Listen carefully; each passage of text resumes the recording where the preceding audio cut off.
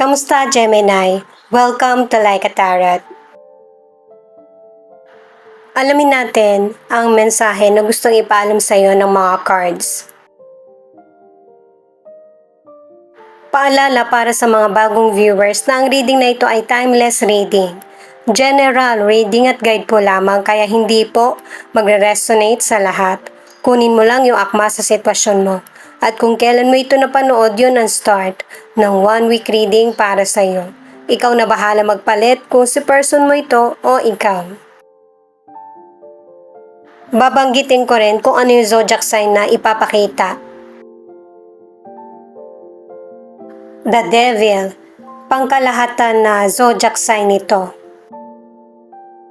Ibig sabihin nito, pwedeng person mo ito or family member na nagpapahirap sa iyo or merong nasasabing hindi maganda. Piliin na maging mabuti sa kapwa para mabuti rin ang magiging balik sa iyo. Sa umpisa, wala kang mararamdaman na pagbabago pero soon mararamdaman mo din yung balik.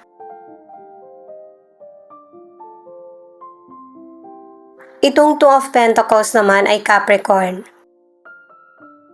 Pwedeng ikaw ito o yung person mo na nagsusumikap na mabalanse yung sitwasyon. Yung bang mapakisamahan itong person na ito na may hindi magandang pag-uugali. At saka pinag-iingat ka rin na umiwas sa mga temptation kahit tingin mo magbe-benefit ka pero panandalian lang yon. Sa career, ang advice ng mga cards, maging professional ka sa trabaho mo kasi ang ganda ng career mo eh. Huwag mong paghahaluin yung love at saka trabaho. King of Pentacles, Taurus. Kasi kapag nalabanan mo yung temptation, mas magiging maganda yung kapalaran mo. Kasi yung trabaho mo, or kung estudyante ka naman, kung yung pag-aaral mo, yung financial, negosyo, maganda yung magiging daloy. Pang habang buhay ito guys, na karangyaan. Kung pipiliin mo yung matuwid, at saka kung pipiliin mo din yung umalis sa negatibo. At advice din ito na meron kang skills, wisdom, gamitin mo yan. Bonus na lang yung tulong ng kapwa mo. Kasi yung swerte, nasa sa iyo na. Para sa ilang single, meron kang potential person na makikilala na hindi kayo magkakasundo sa umpisa. Pero in the end, makikilala mo ng gusto yung person at madedevelop kayo sa isa't isa. King of Wands, Leo, naka-2 king ka na. Itong card na ito ang nagsasabi na marami ka nang nagawa, marami ka na ring tiniis.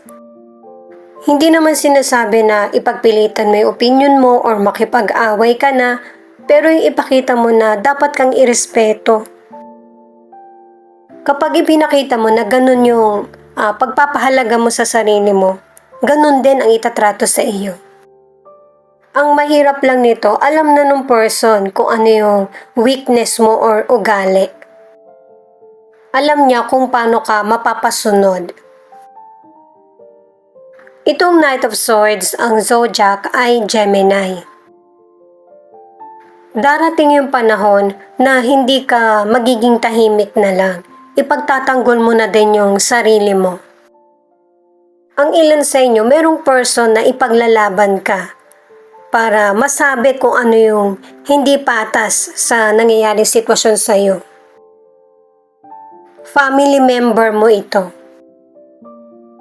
At ang advice ng card na ito, na kung meron kang iiwan na sitwasyon ay huwag mo nang balikan pa. Sa financial, very positive yung mga cards kasi yung bang kung sa naunang cards magpapatuloy, kahit dito, mas lalo pang dadami yung kita mo. Ang ilan sa inyo mag-i-start ka ng bagong negosyo or palalawakin mo yung negosyo mo. Ito yung Queen of Swords, nakabaliktad kaya hindi ko sasabihin yung zodiac. Itong card na ito nagsasabi, nakadalawang cards ka na para sa chismis. At pangatlong card ang nagsasabi na depensahan mo yung sarili mo. Lalo na't ang ilan sa inyo, pangalawang card na ito sa panlilinlang. At saka, mukhang kilala mo kung sino yung third person. At saka base sa mga cards, ang makakasira sa relasyon nyo ng person mo ay yung family member na may mga nasasabi na hindi naman nakakatulong sa relasyon nyo. Hanggat maaari, yung kayong dalawa lang ng person mo yung mag-usap. Pakinggan at paniwalaan mo yung sinasabi ng person mo, yung naririnig mo mismo sa kanya. Hindi sa kung kani-kanino lang. Kahit na family member mo pa yan. Para sa ilang single, kailangan mo matuto kung paano ma-in love. At masaktan. Nang malaman mo din kung ano yung kaya mong pakisamahan at hindi. Kasi merong person ka makikilala na sensitive. Ace of Cups, Cancer, Scorpio, and Pisces. Magandang card ito kasi ang ibig sabihin, mas pipiliin mo na yung sarili mo sa anumang sitwasyon na kinakaharap. Ito yung mga bagay na gusto mong gawin or gusto mong simulan na magiging fruitful. Marami kang paghihirap na naranasan sa nakaraan, pero ito yung nagpapatibay na matatapos na ito at darating na yung masasayang araw para sa iyo. Magiging happy at kontento ka sa buhay mo. At anuman ang sitwasyon na kinakaharap mo ay magtatagumpay ka. Itong The Magician ay Gemini. Ito yung magandang milagrong mangyayari sa buhay mo kasi kahit na meron kayong pinagdaanan sa family or merong third person na nanggulo sa relasyon nyo, itong person mo ay mananatili sa sinumpaan niya na pangako sa iyo. Kasi itong person na ito, yung nangyayari sa iyo, nagkaroon siya ng clarity. Nalaman niya kung ano yung mga totoong pangyayari. At ang mas bibigyan niya ng pansin ay yung nangyayari sa buhay niya at sa relasyon.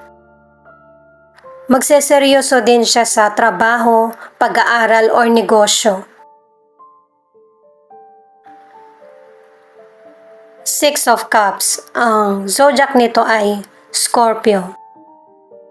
Kahit na nagkaroon ng problem sa nakaraan, ay open pa rin yung puso mo sa pagpapatawad kasi ganun kakabuti. Ang ilan sa inyo magpapatuloy na lang sa buhay kahit walang kapatawaran. Mas pipiliin mo maging payapa yung buhay mo. At itong tatlong nahuling cards ang nagsasabi na good health ang kalusugan mo kasi positive yung kaisipan mo at saka mas pinipili mo yung happiness. At kung meron ka mang illness, malaki pa rin yung posibilidad na may mabilisan na improvement o recovery. Guys, kunin nyo lang kung ano yung akma sa sitwasyon nyo. At ikaw na rin magpalit kung si person mo ito o ikaw kasi general reading ito. Para sa mga single, ang ilan sa inyo, kahit na ayaw mo na nito, ito yung magbabalik. Yung past person mo.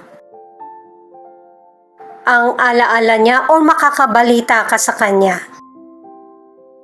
At malaki pa yung pasasalamat mo kasi yung past person na nagdaan sa buhay mo ay nawala sa buhay mo At mas maganda yung naging kapalit. Yung pagmamahal na walang hangganan. Hindi ka na kasi magbabalik sa past at bibigyan mo ng pansin yung mas bago. Sa mga nasa relationship sa future, ikaw ang pipiliin ng person mo. Pero hindi ibig sabihin kung meron mang kaguluhan sa family nyo, ikaw na yung pinili niya, hindi naman ganon. Mas naging matimbang kasi sa person mo yung pagmamahalan nyo at yung relasyon nyo tinanggal niya yung mga distraction. Mas nag-focus lang siya sa inyong dalawa. Itong mystical card, wala ka na talagang irereklamo pa or iko-complain. Kasi nakita mo na o nagkaroon na ng resulta yung effort mo para sa relasyon nyo ng person mo or para sa family nyo. At saka, para sa kabutihan yung minamanifest mo or kahilingan. Soon, magkakaroon nito ng katuparan. Itong clearing debts, kasi nga 'di ba sa mga nauna at pangalawang set ng cards mo, magpapatuloy yung magandang pasok ng financial. Kaya makakabayad ka na sa mga hiniram na financial. Makakabuti rin sa iyo na alisin yung worry sa financial at saka sa emosyon. Itong power of prayer, ang ibig sabihin ay yung mga minamanifest mo na pangkabutihan, yun yung nangyayari sa iyo. At saka ang ilan sa inyo, hindi ka nagdadasal, kundi nakikipag-usap ka kay God patungkol sa worries mo, ano yung nangyari sa buhay mo, ano yung mga dapat mong gawin, nabibigyan niya ng solusyon. At saka guys, napansin ko lang sa mga cards mo na may person na hindi na kayo nagkaroon ng contact. Kung nagkaroon man ng konting hindi pagkakaunawaan sa inyo ng person na ito, hayaan mo lang na magkaroon ng space. Sabi nga nila, time heals. Yung panahon na lang yung makakapagsabi kung kailan kayo pareho mag-heal. At saka ang ilan sa inyo, yung kaalitan mo or hindi na kayo nagkaroon ng communication, family member ito guys. Ang ilan sa inyo na Gemini, okay naman yung family nyo, pero may mga Gemini na ganito yung situation. May konting problema or hidwaan dahil sa magkaiba yung pag-uugali or opinion. Alamin naman natin yung angel number mo. Siya nga pala, thank you sa mga nag-like, share, comment, and subscribe. Ingat po kayo palagi saan man kayo naroon. 9. You are ready to let go of things that no longer serve you. Embrace the future. O diba, yan yung dapat na mas bigyan natin ng pagpapahalaga.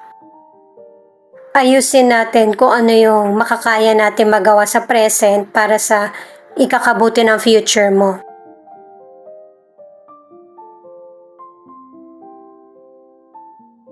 Three, sign of encouragement, anticipate arrival of good news. Nabanggit na rin sa mga cards mo yan, lalo na sa financial. Yun yung magandang mangyayari sa buhay mo at lalo na yung pagkakasundo nyo ng person mo. Sa umpisa lang siya naguguluhan, pero iba na sa future. 777, huge changes are up ahead. Everything is happening for your highest good. Prepare for massive shifts. Things are getting more exciting. Oo nga naman. Kasi maganda na yung naging cards mo sa future about love. Sa family, sa career, sa financial, sa happiness at miracles. Ito na yung final card. 3 yung kukunin natin.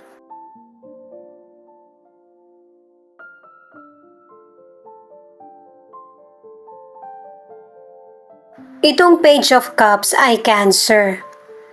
Na ang ibig sabihin, merong idea na mas lalong magpapadevelop sa skills mo. At saka magiging aware ka na rin sa hadlang na darating sa buhay mo. Itong The Chariot ay Cancer ang zodiac sign, na ang ibig sabihin, merong mga good news na darating sa buhay mo sa career, sa negosyo, at saka sa love life. At mas lalo pang magkakaroon ng improvement sa buhay mo. Meron kang desisyon na gagawin na ang magiging resulta ay tagumpay. Itong judgment naman, nakaapat na cards ka na para sa clarity. Na yung mga desisyon or minamanifest ay malapit mo nang makamit or maramdaman. Kasi ito yung deserve mo at ito na yung final na hinahangad mo na makamit sa buhay. Dahil sa kabutihan yung masumiiral, good karma ang nangyayari sa iyo.